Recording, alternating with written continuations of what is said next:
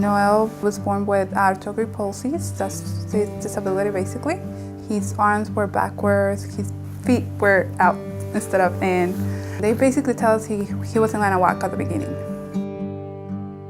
Since he's not able to bend his hands, he throws his hands out, but he bends his back all the way. He uses gravity to kind of help bring it back for him in momentum. They say that eventually it's going to start hurting his back.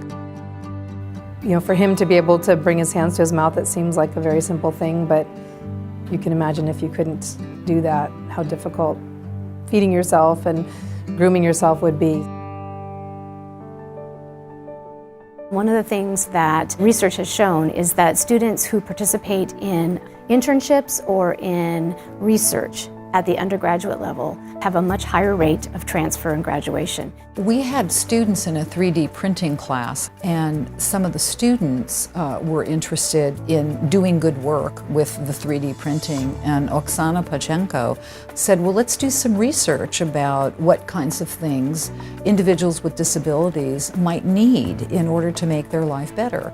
So it's very popular right now to have project-based learning, right? So somewhere where students work on the projects, but with this one we took it even one step further. We were invited to a quarterly meeting at California Children's Services where I went with several of my students. I asked her if she had ever heard of this exoskeleton project being done with a 3D printer, and that sparked her interest. Oksana and her students just took off from there, looking into, well, what things were actually commercially available.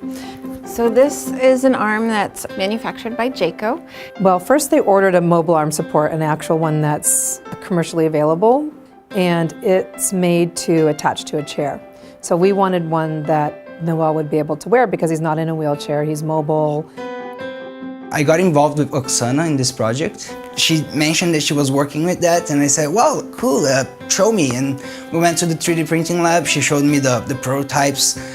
I instantly got super interested in it and started working right away the same week. We thought that we could approach and solve the problem from making a device that would go under his arm. This was the initial prototype that we designed, but from us trying it out with him and collecting feedback from him and his parents, we realized that this wasn't going to work. It really wasn't going to help with the flexion piece at his elbow. That would help with the shoulder piece, but he's pretty good at that. Oksana and the OTs kind of realized that it wasn't necessary to be that big. So then Karen suggested to make a device that would go on the side of his arms and simply connecting it with elastic bands. We tried it out with Noel, and I think that moment when it worked, we couldn't be more happy. And now it's more in alignment, how he gets his hand to his mouth or reaching up and keeping that activity, and he has a lot less of that lordosis or that back bending. He's able to clap, he's able more to bend. Toma su bebida más mejor. I notice he's getting happier as he's learning how to use it. It's a lot easier for him. It's really exciting to have been a part of something that we haven't done before at CCS. We think of him as a Foothill student now, because he's now wearing an exoskeleton that has Foothill College on it. We're going to upload the design of this file to our website online, so it will be free of charge for anyone to download it, to adapt it, to scale it, and use it for those that need it. I have another little girl I'm hoping to provide the same kind of experience for, so it's exciting.